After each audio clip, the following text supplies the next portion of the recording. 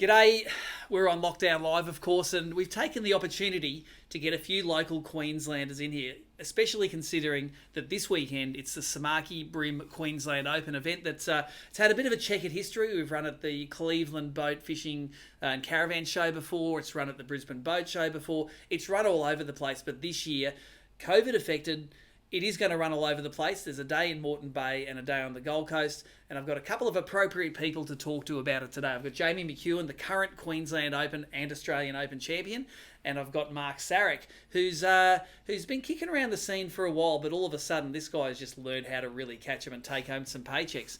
An interesting subplot here. These two guys have been fishing together recently in teams tournaments, so we're going to talk a little bit later on about how you break up the spots. But guys, welcome to the Lockdown Live studio. Probably all looks good this way, but just Jamie, tell me what it looks like looking that way. It's a bit of a mess, isn't it? It's a bit of a cobweb of cords, and there's all sorts of stuff going on over there. But yeah, it looks nice on this side. It's good to see what it looks like on that side, actually.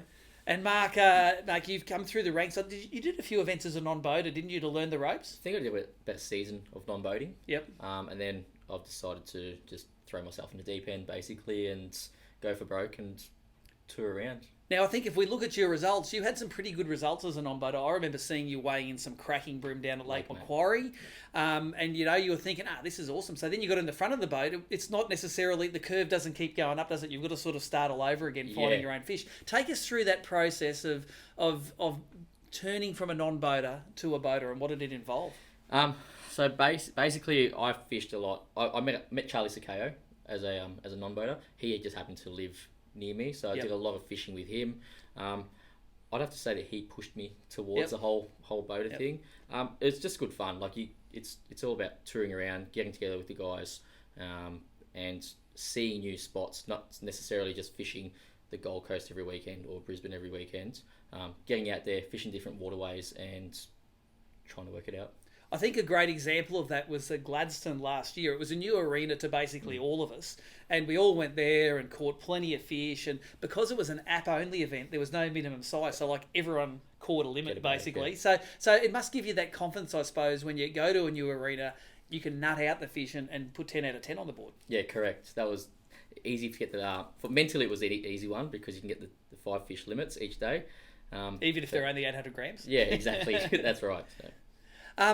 Jamie, you're the current Open champion for both the Queensland and the Australian Open. It must be a disappointment for you in COVID this year for those two events to be either postponed or sort of cancelled. And we don't know what's going to happen moving forward with the Opens.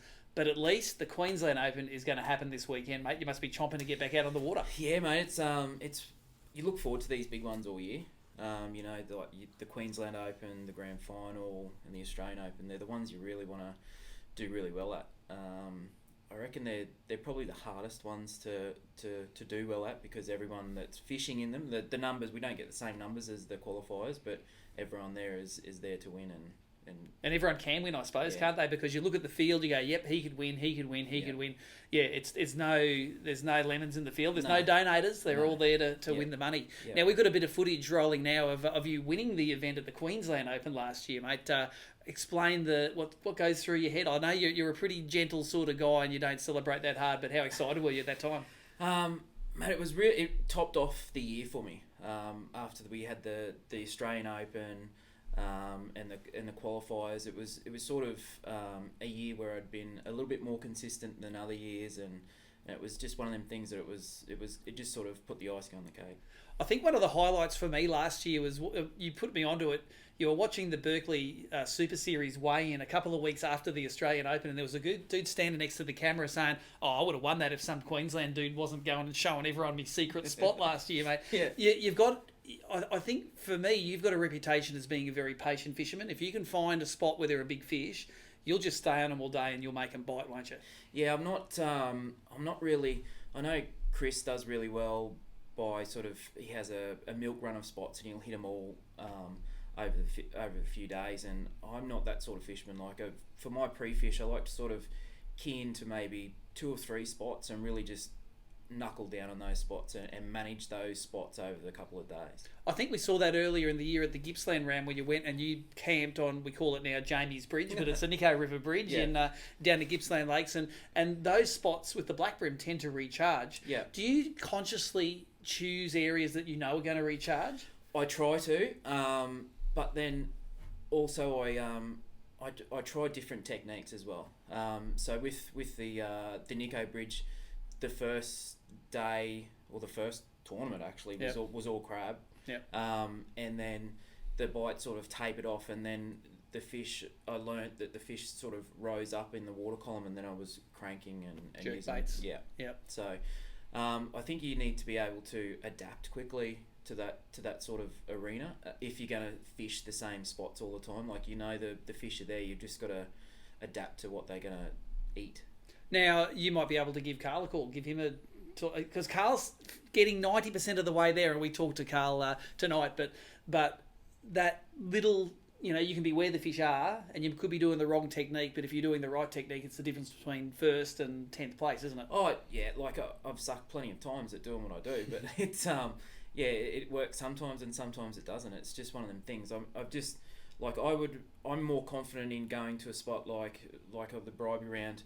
I fished the Golden Beach canals for 2 days.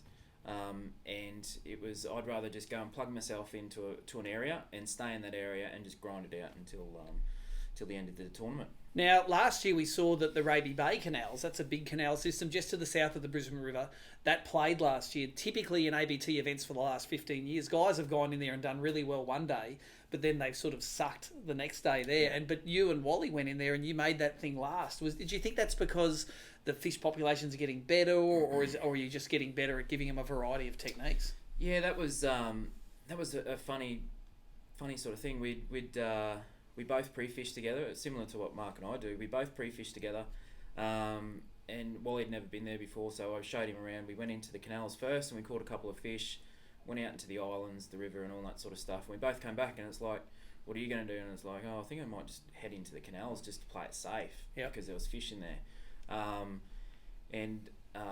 We sort of said, I'll go to this section, you go to that section, and we'll meet halfway, sort of thing. And we come out at the end of the day and we're 1 and 2, and it's like, what are you going to do tomorrow? back in there. Now, they're not that big, the canals though. Like, do you think that they would have taken the 3 days of pressure? No. And they didn't for Wally in the end? No. Day 2 I got 5 bites and that was it. So I was really lucky to get away with what I got away with there. Wally was fishing completely different technique. It was September last year when we ran it, so I was using top water, Wally was using the crabby bite, and I don't think we really fished each other's water at any stage. I didn't see him until the weigh-in sort of thing, so, and it's not that big of an area, so I definitely wasn't going there on the 3rd day, because day 2 was just an absolute too much of a grind. Yeah. Now, Mark, you're in the similar situation now. You've done some teams events with Jamie, and how's that helped your learning process? I suppose Jamie knows a lot about the Gold Coast, and you've been dominating those Queensland Team Series events down there. It's just picking up on the different techniques, basically. Sort of replicating, or trying to replicate what he does. Yep. Still can't do that to 100%, but it's sort of switched on up there, and finding what I'm sort of used to as well. So that deeper water stuff at the moment is key for me. Yep. And basically that's what I sort of try to adapt at Bribie Island, is try to find those areas and play it that way. So have you had your pre-Queensland Open meeting? Like, you're not going to run over each other's spots? Oh, it happens daily. No, I think we'll probably both be in similar areas, but it'll be spread out in deep water. So yeah. Oh, well, we'll have to catch up at the end. We'll be able to talk to each other while we're fishing, probably like we did at Bribie. And the same, you're talking to each other after the end of the event. We'll see. Now, Mark, you've travelled a lot this year. You went down to Tasmania. Yep. You did the Gippsland Lakes rounds, and you'll probably do a lot of the Queensland rounds. So, Yep. So how does that variety of fishing for you? How does that help the learning curve as well, like fishing for blacks and for yellows? Do you have information overload yet, or is it all sinking in? Oh, it was just fishing to me, basically. I'd never caught a black bream before. Like, I'd done a non-voter event there once. I don't think I did very well there. Didn't do too well down there anyway, but that experience was just awesome. And it sort of taught me to slow down as well, which has helped up here. And that's right, especially the blacks. I'll tell you, I did a grand final down at Gippsland Lakes. I got a triple donut. Were you with me? One of the days. One of the days. Yeah. It would have been a 4 times donut if one of the days wasn't cancelled. So don't stress about that, because you can learn how to catch those things. And like you say, it's a thing about slowing down. Now, I've got a final question for you guys. I want to know what your winning weight predictions are going to be for this Queensland Open. It's a 2-day event. It's on a Saturday and Sunday. Unsure if there's a local team tournament going on the Gold Coast one of the days or not. We run one of the day, the calm day we run on Moreton Bay, and if it's too windy on that day, we fish the Bribie River. Then the second day we fish on the Gold Coast, which will happen no matter what the wind is. The break is the power lines. What's your calls for winning weights? Jamie, start off. I think weather is going to be a big player in this one. Looking at the long range forecast, I think we may be restricted to the river when we could be going out in the bay, so that'll take a lot out of play. It's that transition time. Not so typically big bags anyway this time of year. No, So. And it's not like, we're going to go to the Sundale Bridge and smack 4 kilo or anything like that. So I'm saying 6 kilo or just under. Okay, so that's pretty high, I think. Mark, what's your prediction? Mid to high fives, basically. Mid to high fives, yeah. So probably more so the 5-7 or so. And I'd be happy if I actually got, say, 5 kilos. So anywhere between that 5 and 6 is going to be handy. Guys, make sure that you keep up with our coverage. Nicole Smith behind the scenes is putting together some great live stuff. She's going to have some updates during the day. I'll be trialling out a new way to try and stream my video and my sounder so you can see what's going on. So for the Samaki BREAM Queensland Open, expect awesome coverage, and of course all of that information on www.abt.org.au. Thanks for coming in, guys, and welcome to the studio. Thanks, mate.